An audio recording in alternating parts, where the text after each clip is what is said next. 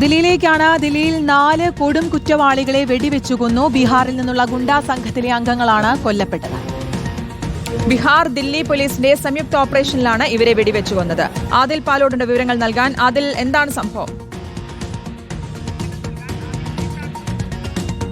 ഇന്നലെ രാത്രിയാണ് ഈ സംഭവം ഉണ്ടാകുന്നത്. ബീഹാറിൽ നിന്നുള്ള കൊടും കുറ്റവാളികൾ ദില്ലിയിലുണ്ട് എന്ന വിവരത്തെ തുടർന്നാണ് ബീഹാർ ദില്ലി പോലീസുകൾ സംയുക്തമായി ഓപ്പറേഷൻ നടത്തുന്നത്. ദില്ലിയിലെ പ്രധാനപ്പെട്ട ഒരു മേഖലയായ രോഹിണിയിൽ വെച്ചാണ് ഏറ്റുമുട്ടൽ ഉണ്ടാകുന്നത്. പ്രതികളെ പിടികൂടാൻ ശ്രമിക്കുന്നതിനിടെ പോലീസിന് നേരെ പ്രതികൾ വെടിയുതിർക്കുകയായിരുന്നു എന്നുള്ളതാണ് റിപ്പോർട്ട്.